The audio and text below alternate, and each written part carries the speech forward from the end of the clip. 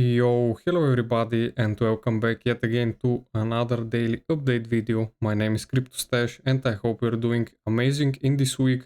Currently it is Tuesday and let's get right into the charts as Bitcoin is currently bouncing from this low right here, as you can see at 107k.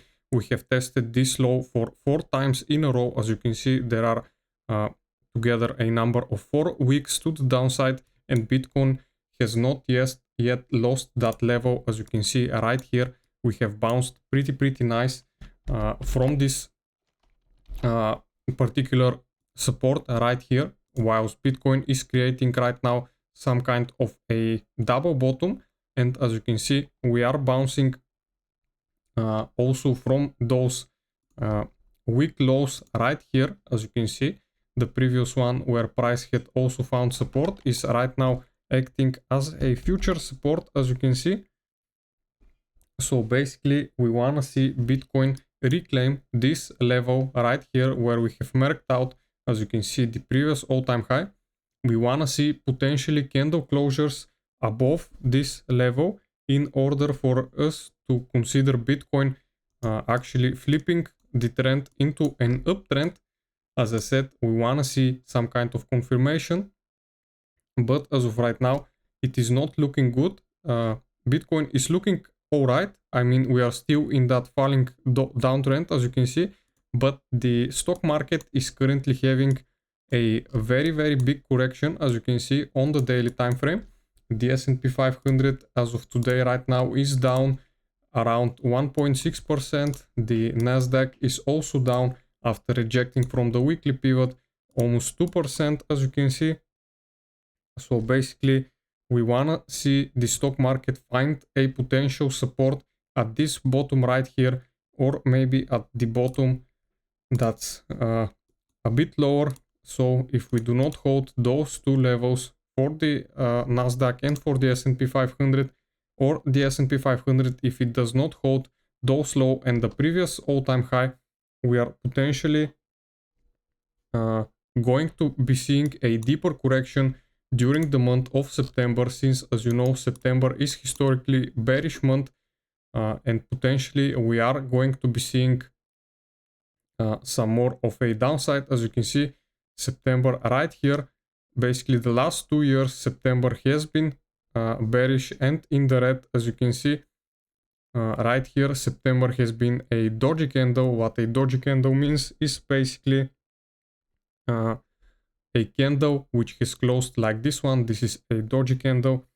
Basically this is called like this because a buyers have stepped right here and they have pushed the candle to the upside. Basically this is what this means. And right now, as for Bitcoin, the monthly time frame on Bitcoin, let me just go on a clear chart. The high time frame for Bitcoin, as you can see, the monthly is kind of looking not so good. As you can see, Bitcoin has basically been on the monthly right now quite some time in that overbought zone. So we potentially want to see Bitcoin, the RSI momentum on the monthly to get some kind of a cool off before potentially going higher. Now, as for Ethereum, the monthly on Ethereum is not yet overbought like it was here. So Ethereum still, in my opinion, will potentially have some kind of a rally, even if Bitcoin does not. If we see Bitcoin consolidate instead of further strong correction to the downside, down to this level, this is basically on the monthly time frame, my level for a deep monthly retracement would be sitting at this Fibonacci golden pocket, which is 0.618. As you can see, basically $93,000 for Bitcoin before potentially reversing to the upside.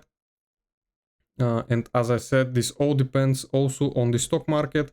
And as for the altcoins, it depends on the Bitcoin dominance. If the Bitcoin dominance continues the monthly trend to the downside, we are going to be seeing potentially Ethereum and the other altcoins reach newer all-time highs.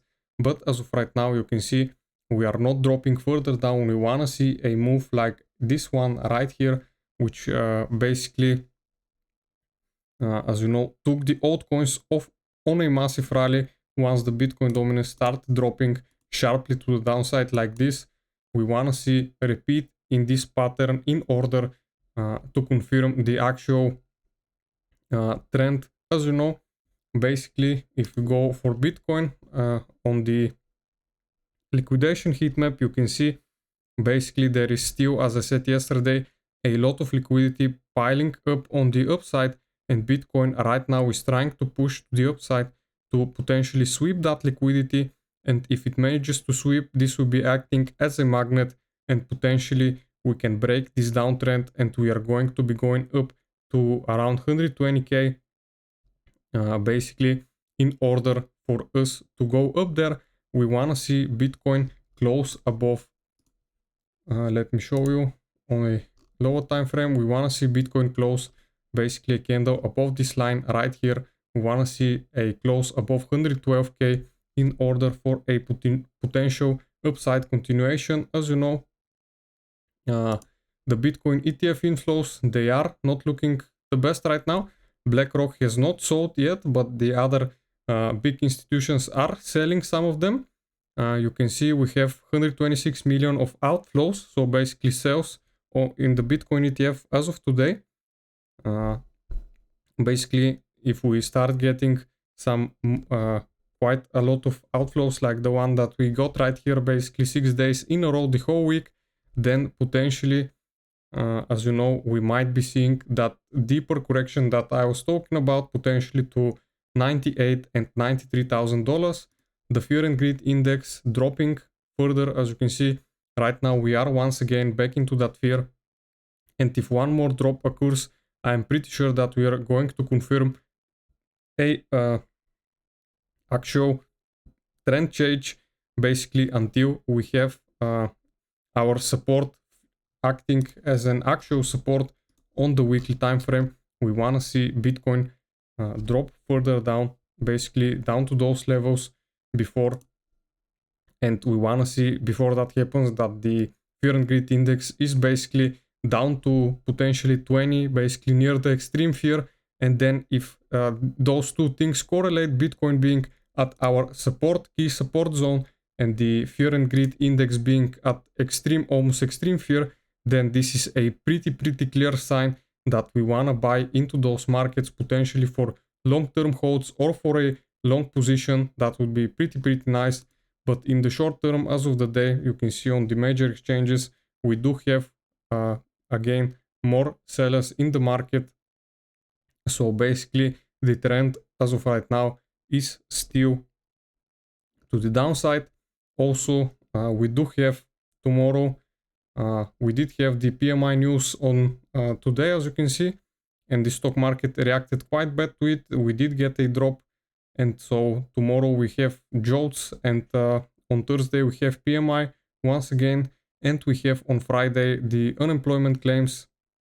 So basically that would be important decision if there will be a rate cut or not. Basically that would depend on the data that comes from those news. And so that would be what I wanted to cover for today, guys. I hope you liked the video, subscribe for the channel, and I'll see you again in the next one. Bye.